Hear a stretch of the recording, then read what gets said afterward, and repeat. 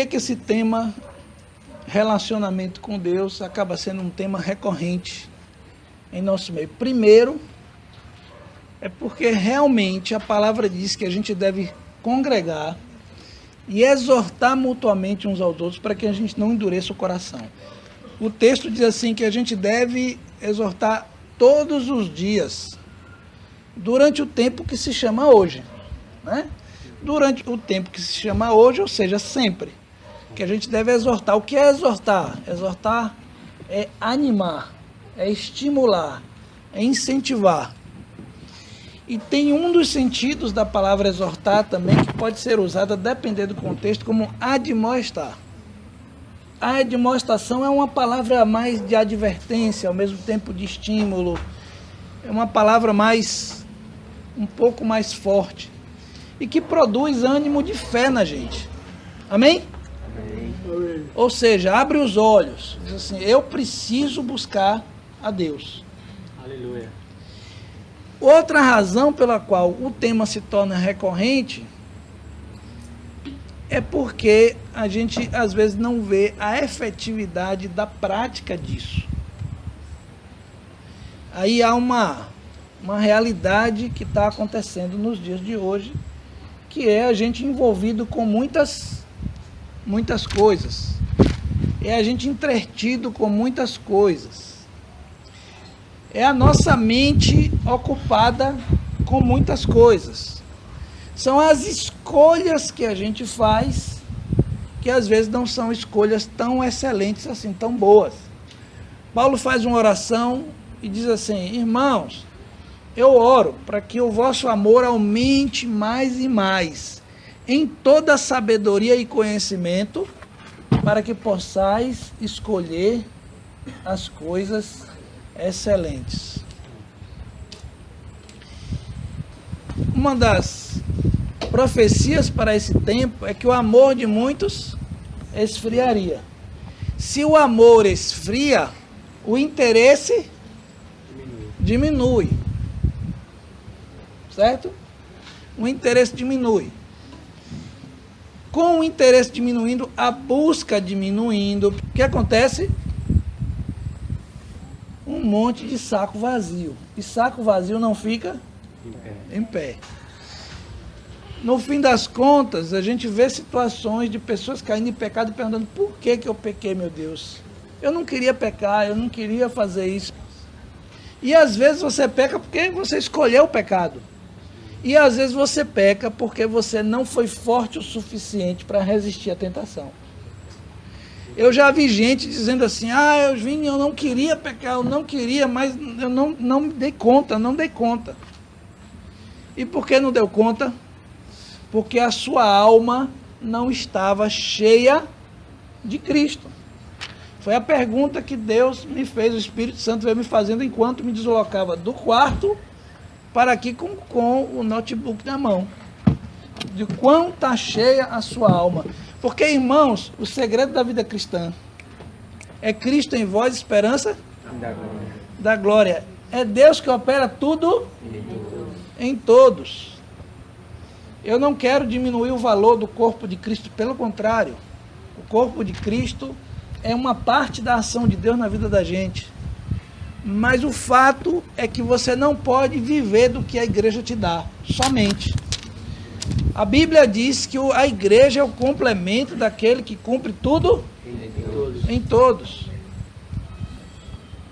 A minha dependência não é do corpo somente. A minha dependência é de Deus. Eu era independente de Deus e eu me arrependi e me tornei dependente de Deus. Eu fiz uma aliança com Ele. Se você me botar em qualquer lugar do mundo, sozinho, eu não me afasto de Deus, não. Se torna mais difícil sozinho. Se torna mais difícil. Mas eu tenho uma aliança com Deus, eu não vou me desviar. Agora, para crescimento em Cristo, para que Cristo seja formado em mim, eu preciso do corpo, porque a igreja, ela vai formar Cristo em mim, pelos relacionamentos e juntas e ligamentos. Mas acontece o seguinte, que não existe junta e ligamento de lâmpada apagada. Junta e ligamento de lâmpada apagada desfoca de Cristo. E foca só em brincadeira, e foca só em diversão, e foca só em entretenimento, e foca só na amizade. A amizade é boa? É. Entretenimento é bom? É, até certo ponto. Até certo ponto. Faz parte da amizade. Mas o foco central é Cristo. E Paulo ora para que a gente tenha a revelação do que Cristo faz em nós. Do que Ele pode fazer em nós, da herança que Ele deixou para nós. E aqui que está o segredo, porque a música pode ser entendida de diversas formas, porque não é difícil viver a vida cristã. Não é difícil. Largar o pecado, né? Olha o que a palavra diz. A palavra diz que os mandamentos de Jesus não são pesados. A Bíblia diz que o Evangelho é o poder de Deus para a salvação de todo o que crê. A palavra, João diz assim, os mandamentos dele não são pesados. Jesus disse assim, o meu fardo é leve. Há poder suficiente no Evangelho para me libertar do poder do pecado. Da gente poder apresentar a igreja, ela santa, imaculada, sem defeito. Há poder suficiente. Qual é a dificuldade, então? A dificuldade é que, à medida que você se aproxima de Deus, você se agiganta. Quando você se afasta de Deus, você diminui. Uma formiga enfrentando o tamanduá, a formiga perde. Mas um elefante enfrentando o tamanduá é só um chutinho assim e o tamanduá está perdido.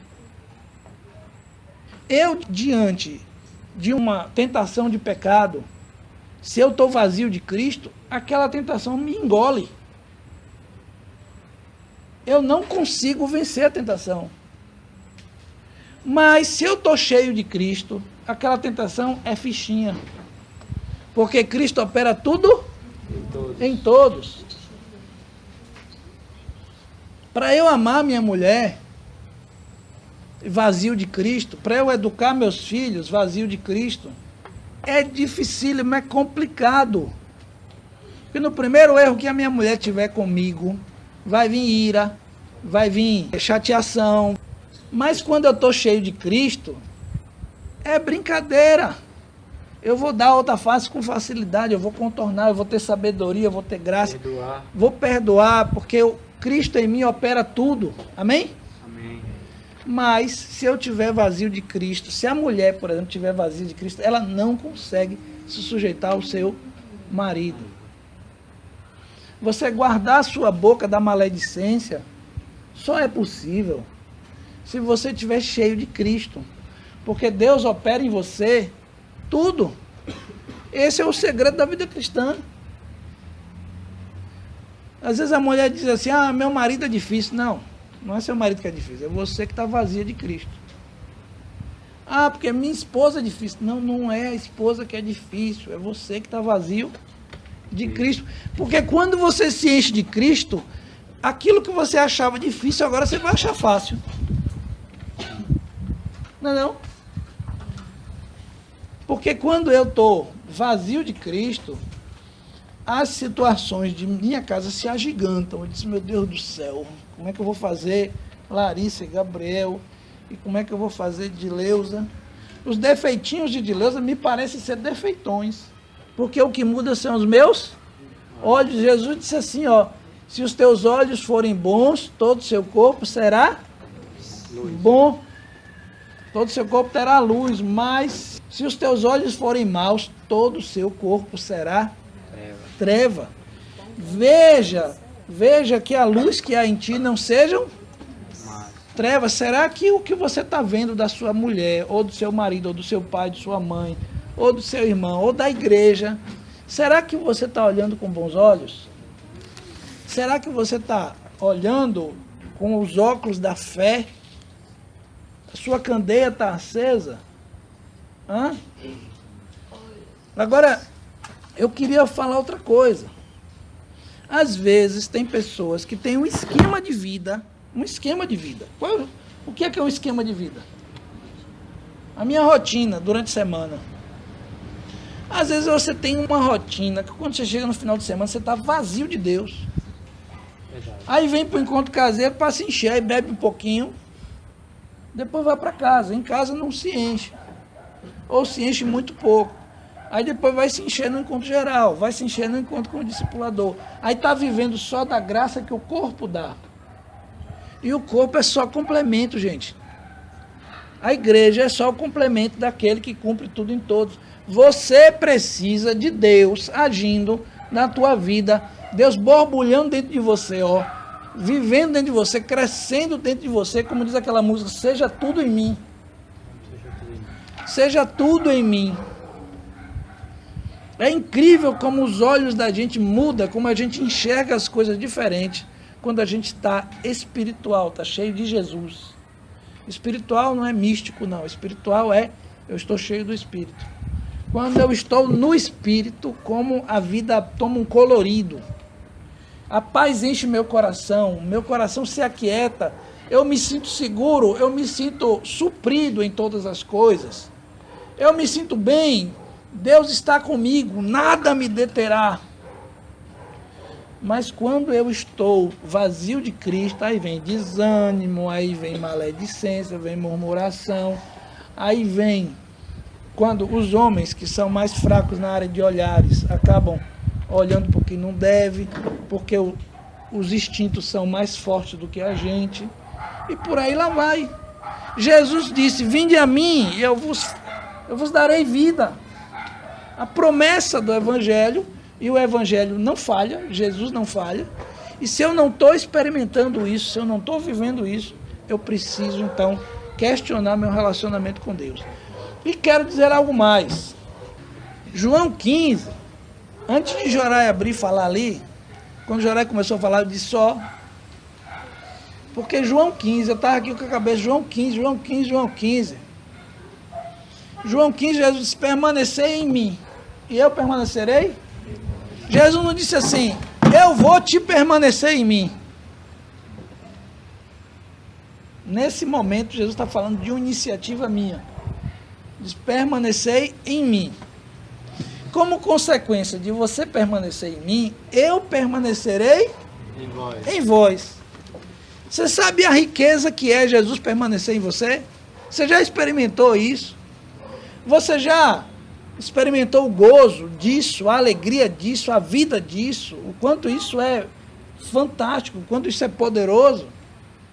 De forma que não há pecado que não possa ser perdoado, não há tristeza que não possa ir embora, não há dificuldade que não possa ser superada. Desta maneira, todas as coisas contribuem para o bem daqueles que amam a Deus. Amém? Amém. Meu coração é teimoso, como diz a música, mas eu descobri que tudo que preciso está em ti. Então, ou seja, qual o esquema de sua vida semanalmente? O que é que você bota nos seus ouvidos? Do que você enche seus olhos? Do que você enche seu coração? O que é que você bebe? Qual é a água que você bebe durante a semana? Qual é a comida que você come durante a semana? Porque se você comer uma comida estragada, você vai ter indigestão. Você vai ter problemas intestinais. E se você não bebe a água boa, a água da vida, você não vai ter vida. Esse tema se torna recorrente. Mas eu vou falar algo mais. Quando Jesus diz permanecer em mim e eu permanecerei em vós, lá acima ele vai dizer assim, não me escolhestes a mim, mas eu vos escolhi a vós e vos designei para que vades e deis fruto. E o vosso fruto permaneça. Ou seja, Jesus permanecendo em você vai fazer você cumprir a missão que Ele te deu. Amém. E a missão que Ele te deu, Ele espera, Ele botou em você talentos, dons. Vocês perceberam que eu estou deixando agora outros tocarem o violão? Amém. não sai tão bem tocado quanto eu, Claudevan, modéstia à parte, porque tem mais experiência e tudo.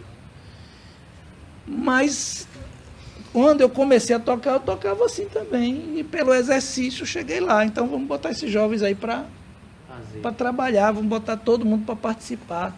Henrique, quando começou a falar, gaguejava. Quem lembra aqui de Henrique no começo? Henrique gaguejava e hoje Henrique fala muito bem. Às vezes fala melhor do que eu. Mas você tem que botar a cara, Tiago. Você tem que trabalhar, velho. Amém. Jesus, ele diz assim, vos designei, ou seja, eu escolhi você e lhe dei uma identidade para que você vai dar fruto. O que é esse fruto? Fruto é a multiplicação da vida de Cristo, seja na edificação pessoal, nas juntas de ligamentos, seja ganhando vidas. Deus quer que cada um de vocês seja discipulador. Aleluia. Amém? Amém. Uma coisa que essa semana Deus vai me falando, para a gente avançar. Vamos avançar. Você sabe quem é que vai avançar? Quem tem um esquema de vida que lhe enche de Deus. Quem durante a semana busca a Deus. Aí sim, quem tem vida de oração. Aí o corpo de Cristo vem e complementa o que Deus está fazendo. Aí a obra se completa. Mas quem não tem, meu amigo, não adianta, quer dizer, não adianta assim. A graça que o corpo faz, o trabalho que o corpo faz na sua vida, não vai dar resultado. Por exemplo, tudo que eu estou falando aqui só vai produzir algo em você se o Espírito Santo testificar em você. Se você tiver com o coração gelado, se você durante a semana não esquentou teu coração, se você não se encheu e está com o coração gelado, o que eu estou falando aqui pode produzir até o inverso. Você pode ficar assim, será que eu sou? Será que eu não sou? Você pode ficar até cheio de dúvida. Mas o problema é o coração gelado. Vai esquentar teu coração. Vá na presença do Senhor. Vá praticar a palavra de Cristo. Vá se encher dele. Vai encher sua alma dele. E quando eu estou cheio de Cristo, que eu paro no posto de gasolina, eu falo de Jesus para o cara naturalmente. Mas quando eu estou vazio, fica só aquela obrigação. Eu tenho que falar de Jesus, eu tenho que falar de Jesus. Mas... Ou não, né? Ou nem fala. Ou não fala. Não vou nada. Fica aquela coisa forçada, aquela coisa... Mas quando você está... O que Jesus disse aqui, que eu li no começo aqui, eu dei-lhes a minha glória, para que eles sejam um. Aqui. É fácil, se eu estou encantado com a glória de Cristo, eu ser um, com graça. Você chega a ficar ansioso, assim, né, no bom sentido da palavra, para chegar e compartilhar com alguém. Exatamente. E falar do amor de Deus. Exatamente. Eu e Graça somos grandes amigos, estamos cheios da palavra de Deus, cheios de Cristo. Mas se os dois estiverem na carne, provavelmente vai ter os papos retos, né? Vai ter as confusões. Assim, eu peguei Graça, mas é cada um de nós. Sim. Eu e Dileuza somos um quando estamos cheios do Espírito Santo. Mas quando está na carne, a faísca pega. E quando você vê a faísca pegar, você não fique, porque ela errou, porque eu errei, porque... Não, peraí. A gente está na carne, vamos acabar com esse negócio. Vamos para Deus, que esse negócio vai acabar. Simplesmente. Irmãos, 2017, queria dizer para vocês, nós desejamos que seja um ano de fruto. Amém? Amém. Vamos ver novos discipuladores aqui. Vamos ver gente sendo restaurada, disciplinada, se for o caso, porque disciplina também é crescimento, né? Gente se ajustando, se aconjuntando mais. Eu falei de 2 motivos pelos quais a gente tem que repetir esse tema. E o primeiro foi que a gente precisa estar junto e estimular uns aos outros durante o tempo que se chama hoje, porque o coração da gente se endurece. Mas a gente está há pouco tempo juntos. Então, esse ano vamos estar mais juntos. Vamos fazer uma estratégia para a gente estar mais juntos. E a outra porque a gente não pratica, às vezes, porque está envolvido com outra coisa. Corrige o foco, corrige o foco. Bota Jesus no centro, amém? Amém. Bota Jesus no meio. Por exemplo, você quer ver? Você faz um encontro de jovens. Gente, a gente fica querendo que a coisa aconteça naturalmente. Não acontece naturalmente, porque a gente tem uma coisa chamada carne. Você fica querendo que a Bíblia abra naturalmente para você e você tenha vontade de ler a Bíblia assim e tal. Às vezes acontece. Mas na maioria das vezes não é assim. Na maioria das vezes é assim, ó. Eu sei que eu preciso do Senhor. Minha carne não quer não, mas o meu espírito clama. O Espírito de Deus clama dentro de mim. Então eu pego a minha Bíblia para ler. Eu sei que eu preciso daquilo. E quanto menos eu leio Bíblia, menos vontade eu tenho de ler Bíblia. Quanto mais eu leio, mais vontade eu tenho de ler. Mas a vontade no espírito, não na carne. Quanto mais eu oro, mais eu sinto desejo de orar no espírito. Mas quanto menos eu oro, menos vontade eu tenho de orar. Porque assim, irmãos, cada um de vocês deve estar bem fundamentado para poder ser mestre e ensinar outros. Mas isso não acontece.